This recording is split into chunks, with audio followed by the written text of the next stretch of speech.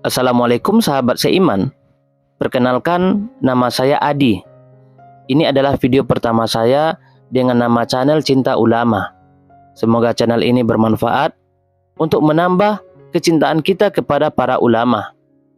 Pada video ini, Adi akan bercerita tentang kisah seorang ulama yang sudah tidak asing lagi bagi kita, yaitu Imam Syafi'i. Sahabat seiman, umat Islam, terutama Ahlu Sunnah wal Jamaah, perlu mengetahui riwayat 4 orang imam mazhab. Mereka adalah Imam Hambali, Imam Syafi'i, Imam Abu Hanifah, dan Imam Malik. Imam Syafi'i adalah imam yang paling terkenal dan memiliki banyak pengikut. Mungkin karena ia berasal dari bangsa Quraisy yang nasabnya terhubung langsung dengan Rasulullah Shallallahu Alaihi Wasallam. Pada awal tahun 150 Hijriah, bertepatan dengan tahun 767 Masehi, Idris beserta istrinya yang bernama Habibah meninggalkan kota Mekah untuk pindah ke Palestina. Mereka tinggal di Gaza. Setiap hari Idris pulang pergi dari kediamannya ke pelabuhan Gaza untuk membantu majikannya berdagang. Sore itu, Habibah yang sedang hamil tua, mengandung anak pertama mereka, menunggu kepulangan suaminya. Tak lama kemudian, Idris pun pulang dengan wajah penuh ceria. "Selamat datang, wahai Idris suamiku. Semoga Allah memberi rahmat bagi kehidupan kita," kata Habibah sambil menyambut kepulangan suami tercinta. Kemudian Habibah berkata lagi, "Idris tentu haus. Minumlah air ini untuk menghilangkan dahaga." Habibah tersenyum sambil memberikan segelas air minum kepada suaminya. Kemudian Idris berkata, "Terima kasih istriku, memang cuaca hari ini sungguh panas." Idris mengambil air minum lalu menengok air itu untuk melepaskan dahaganya. Tak lama kemudian, Idris termenung. Dia terdiam seolah-olah ada sesuatu yang mengganggu pikirannya. Habibah merasa khawatir. Ia mengambil sebatang rotan, lalu rotan itu diberikan kepada suaminya. "Wahai Idris suamiku, seandainya ada masalah yang tidak menyenangkan hatimu atau menimbulkan kemarahanmu yang aku sebabkan pada hari ini, maka pukullah diriku dengan rotan ini." Luar biasa, istri yang soleha. Idris kaget. Ia lalu memandang istrinya dengan penuh kasih sayang.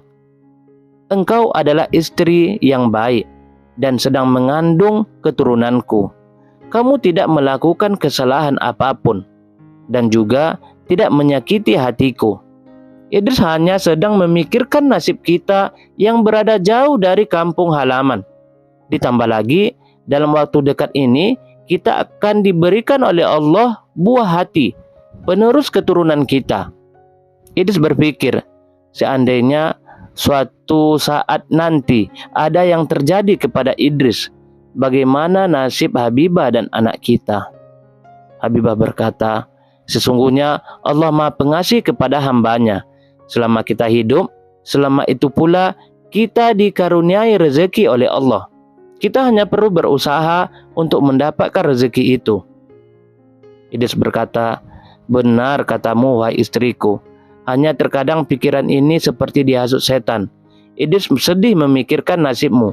Seandainya Idris tidak ada, apalagi hidup miskin, tak ada harta yang dapat Idris tinggalkan selain beberapa helai pakaian yang sudah lusuh.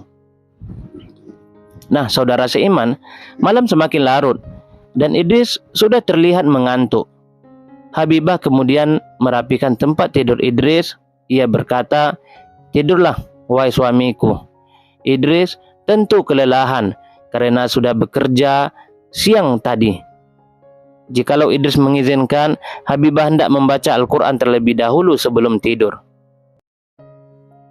Setelah mendapat izin dari suaminya, Ummu Habibah membaca surat Yusuf dan surat Luqman.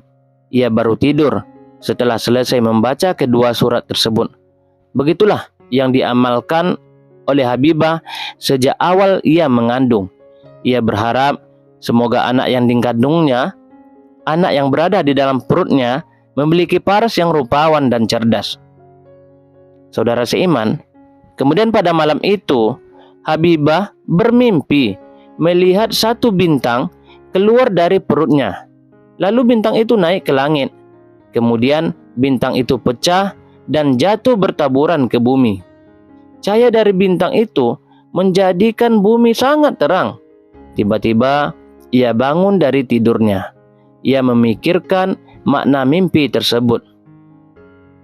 Keesokan harinya, Habibah menceritakan mimpi itu kepada suaminya. Idris pun berkata dengan sangat kaget, "Masya Allah, kenapa Idris bermimpi hal yang sama dengan Habibah?" Dalam mimpi Idris, ia melihat satu bintang yang putih berkilau. Kemudian dari perut istrinya naik ke angkasa. Terus bintang itu jatuh dan cahayanya menerangi bumi ini. Ada mimpi yang hanya bunga tidur, tetapi ada pula mimpi dengan maksud tertentu. Idris yakin mimpi kita ini membawa pertanda yang baik. Lagi pula kita bermimpi hal yang sama. Akan tetapi Idris tidak pandai menafsirkan mimpi. Bukankah ketika Aminah mengandung Nabi Muhammad, Aminah juga pernah bermimpi melihat bulan keluar dari perutnya. Kemudian bulan itu tawaf keliling Ka'bah. Bedanya, Aminah bermimpi bulan yang keluar dari perutnya, sedangkan Habibah bermimpi bintang yang keluar. Kemudian Idris mengajak istrinya bertemu dengan orang alim yang pandai dalam ilmu tafsir mimpi. Orang alim itu pun berkata, "Anak yang lahir dari rahim istrimu nanti akan menjadi orang yang sangat berilmu dan ilmunya memenuhi muka bumi ini. Karena itu, jaga dan didiklah anak itu dengan baik. Ajarkan ia ilmu agama agar ketika dewasa kelak menjadi anak yang berilmu." Idris dan Ummu Habibah merasa bahagia mendengar tafsir mimpi dari orang alim itu.